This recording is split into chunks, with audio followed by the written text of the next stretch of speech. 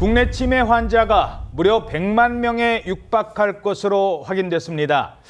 치매 환자들이 보유한 재산도 약 150조 원 이상일 것이라는 추산도 나오고 있는데요. 이 치매 환자들의 재산을 대신 관리해주는 제도가 추진되고 있다고 합니다. 치매 환자들의 재산을 정부가 관리해준다는 게 이게 어떤 얘기예요? 네, 공공신탁 방식으로 하겠다는 건데요. 노령화 속도가 빨라지면서 국내 치매 환자가 올해는 100만 명, 2044년에는 200만 명이 넘을 것이라는 전망이 나오고 있습니다.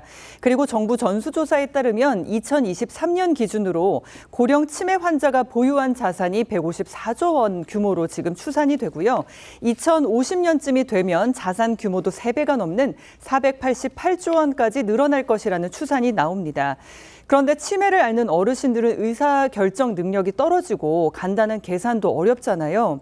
그래서 재산을 직접 관리하기가 쉽지 않다 보니까 곳곳에서 노인의 재산이나 경제 권리를 빼앗는 경제적 학대 사건도 벌어지는 게 현실입니다. 이에 정부가 치매 환자들의 재산을 대신 관리해주는 한국형 공공신탁 제도를 마련하겠다는 것이고요.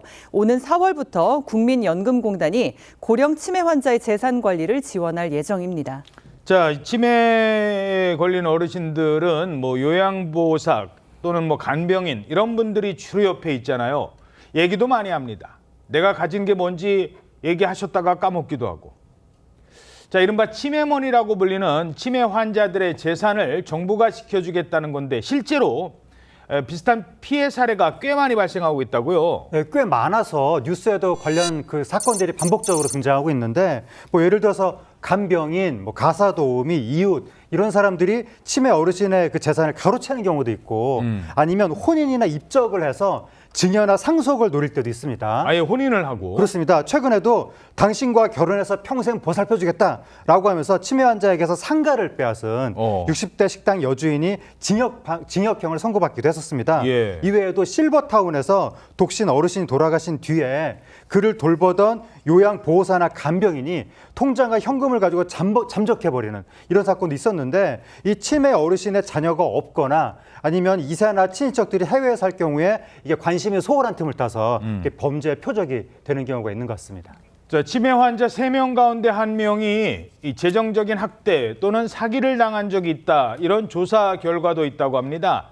아니 근데 정부에서 이 돈을 어떻게 관리해 주겠다는 겁니까? 이 보건복지부가 국회에 제출한 계획안에 따르면 치매 환자 본인이나 후견인이 공탁과 신탁 계약을 맺고 재산을 언제 어디에 얼마나 쓸지 재정 지원 계획을 수립합니다. 이 계획에 따라서 공단이 의료비나 물품 구매비 등을 지급하는 구조인데 주기적인 상담을 통해서 경제 상황을 점검하는 지원인도 지원할 방침입니다.